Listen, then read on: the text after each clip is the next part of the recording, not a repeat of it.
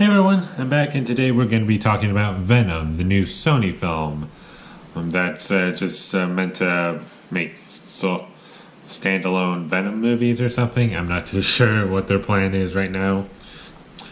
And it was alright, I guess. I wasn't really expecting anything at all when I watched this movie, but I watched it, it was alright. So I'll just say a few things plot-wise, and it's the origin story to Venom. This entire, how should I say, just take off. Just have like a entire series of solo movies that they're planning.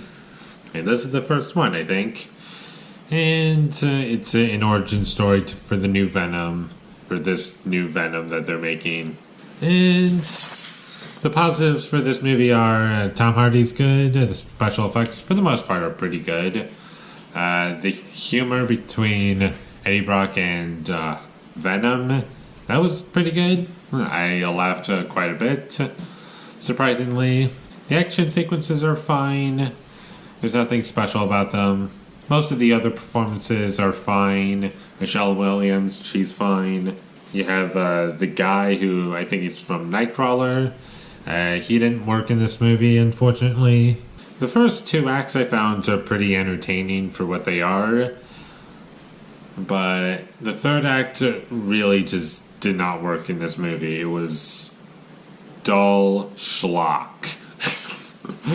Just really bad CGI schlock for the most part. Well, it wasn't all bad. There's some good effects. It kept mixing and matching for me. That's about all I have to say about Venom in terms of, I guess, positives and negatives. I'll get through the other problems with this movie. Aside from, like, the comedy and the two, Eddie Brock and Venom, and Tom Hardy's performance, there's really nothing to get out of this movie. It was kind of dull. Beyond what I just said from those positives, there's nothing to get out of it. Because the movie doesn't really have any meat. It just has a bunch of bones and the bones are just comedy. And some action sequences are okay. Well, all of them are okay. But they're nothing special. You're not going to remember this movie for action sequences. If you're looking for a superhero movie that's just, I guess, a comedy, or you're just looking for a superhero movie that will entertain you and you have no expectations for it, go see Venom, I guess. It's kind of inoffensive, but at the same time it needed more. I would say more things, but the problem is there's nothing to talk about.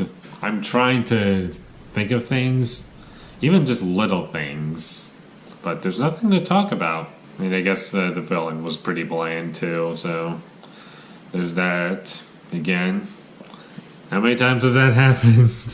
I don't know. I'm going to give Venom a C+. I don't think it's a terrible movie, but at the same time, it's not a movie you necessarily have to see. If you come by it, then I guess just leave it on. It's not that bad. There's my quick review of Venom. I tried to make this review. I like to keep these reviews long and in-depth as possible, but I can't do that with Venom because there's just nothing to talk about personally.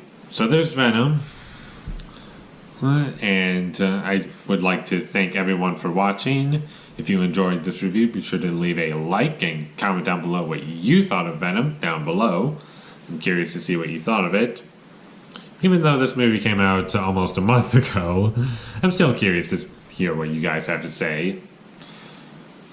Follow me on social media.